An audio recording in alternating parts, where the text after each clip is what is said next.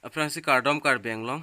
pini nilia ko puthot bang thlo na tum ka chinghon mate kelang bom channel Karbi teach 2.0 along lapen nilimen ki kadu ka weta chinilo nilimen Avinas deron la sipinia video puthak la chan pon nang pinia video puthak bangke nani tum la thumbnail mate title long ka theklong pota hailo la son thak thak sini la so video long ka than pachini ikpo lapen non kelang bom nali tum la Karbi teach 2.0 channel long jong sa kimilang polte subscribe igon la pena dung het belar jan ta dui dakanani tum ber ponra all long set no la lo pulte munan phini li kaprek a video le nang wan pitex tamen nali tum mobile long nang le da prime mate nali tum kelang long da prime phano la pen pinia video bangke whatsapp do facebook do la la son group chat group sms le chilowoi hustame private jong si komane abang phu abang phi phan jong si la private jong si seni pulote एक ग्रुप लोग मसे सेनी पुलते ला बांगे थेकलोंग थाई कादु कविता असिनो लसो private kitchen होद लसो एसएमएस अलong पासवर्ड कोसन से नाले तुम बिदुन कोगिमा जो लसो पुथाक से निले थान पचिनी एकपो लसो नाले तुम ला वीडियो के चेंग पेन की जो दान लांगो ला लो पुलते नाले तुम चिनी एकपो लसि पदर डेपिन पेन वीडियो इंट्रो ले लांग पोनांग इंट्रो लांग दे पेन वीडियो अरलो ले जथान दाम लो नांग तांगते इंट्रो लांग एगो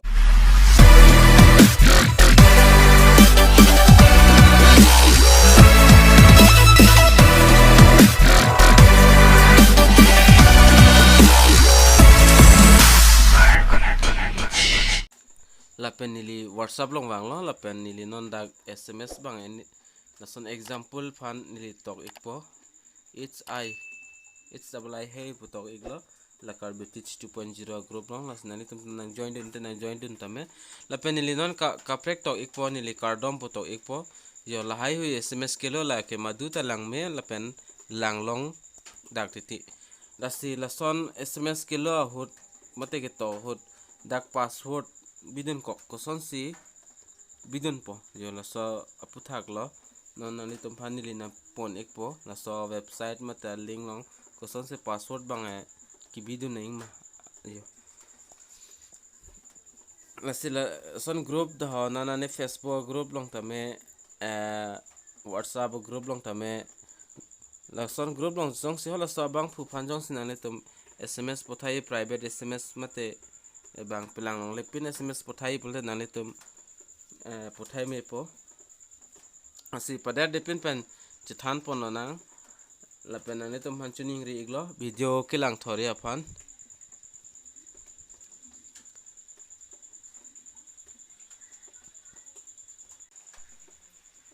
la pen nilidak video bang paching ton ikok po la pen la so a website nale tum pen ana bang pho bang phi tume chini data thek la pen hala ka chin ne tum bole nale tum la bang thekloing la thak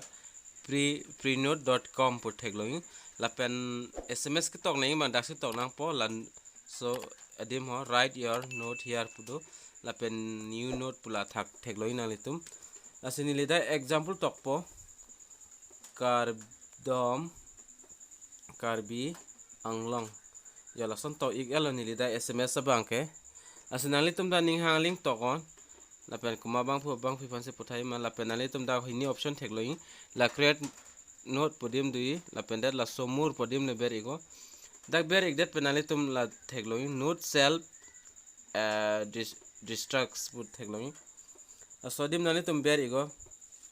dak ber pen ali tum dak 1 hour from now 24 hour from now la pen 7 days 30 days ason do la sinali tum anar reading si la so sms bang dak kibi mala banali tum chongwai por ekdan nili dak after reading it jola si la thaksi option mang si chongwai igrong no la pen no nali tum password bang dak create nang po manual password putok du asini li password long bang Karbi pusibi lo la pen aku confirm to nang po la thak kosan ma to la so aber ta nali tum son thot se tok dun to nang po Karbi jo nili dak tok ik elo tok det pena pare dak distraction notification banali tum da email adun me la pen aber dolang reference name from the note koma bang phu ban se pothai ma samen da nali tum dak tok dun ik me asini li bang la unimportant te la hai hil bang la pen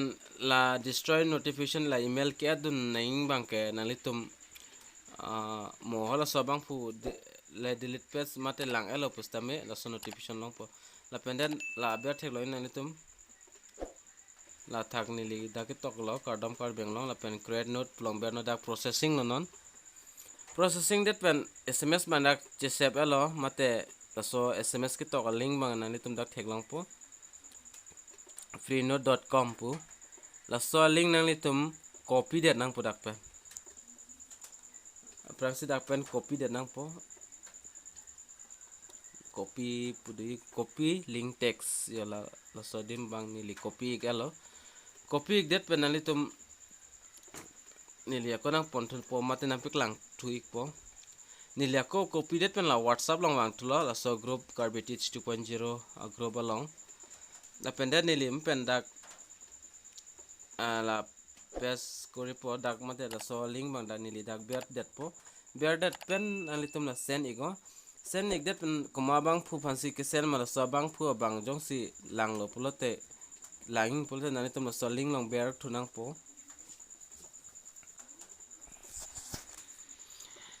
la pen so link long ber det pen nani tum jet a browser pen sta men nali tum open ignang po nili da chrome browser se use po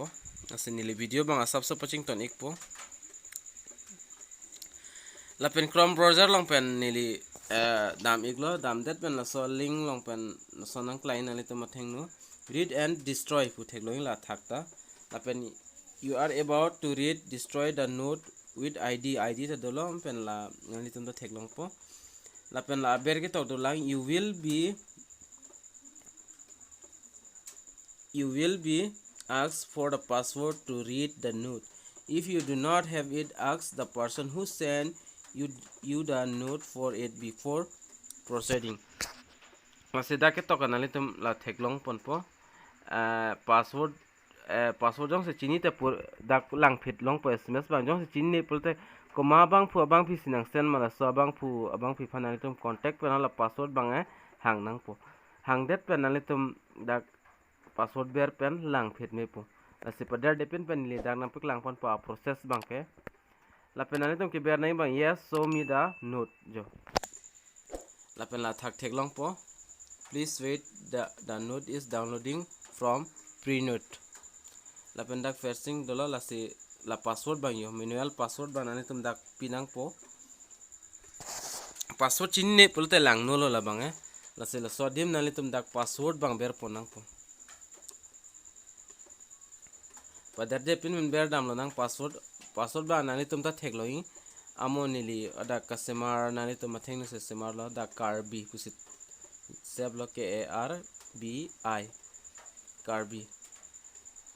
password ber dat pen la ber thek loing nali tum la da kho la process pu thek loing la sodim nani tum ber ego la pen sms ban dak nali tum atheng no chingpu lo yo Kardom Karbi ANGLONG pen amo pen nangli tum thek loing nili ki tok ateng la pen da nali tum la thak thek pon long thupo the node was destroyed if you need to keep it copy it before closing the window yo la sodim la so sms ba destroy lo destroy that po mate back dam lo te da wir chok po sms bang las nale tum si important bole screenshot and igdeno la son la koma bang phone abang file nang lo stai jong si important sms bole nang tum screenshot and dara biko kali bole hola nang kisena bang phufan puno 7 days 30 days an nang select lo bole nang tum la soling bang expire yellow hiyo na son no si la hai hui ta kenang sot man to ne pen nang kok ti Facebook WhatsApp la pen kapre email hai hui long tanali tum pothai melo mate send melo la pen la link bang nani tum video description long po kali pole la thak thek loi nani tum freenote.com pu la sila son video kilang long bo mi phanali tum na Karbi 2.0 channel bang ting ni pen subscribe igon la pen video kar ma share on nali tum share ik tha la pen on 1500 bang pleng da po la se pader de pen pe pleng dunon la la pol nali tum ako giveaway bang hai pon to ponon bang giveaway kibi asap so prek chede la se pinia video long malan cholo mai hino dak ajoine mat la voice bang clear o edata thek la se dia ik tha la pen video quality ta asap so low hoy la se ning oi deri mo next a video long bang klang klar dak la se dome thakme kado kawe Karbi 2.0 kilang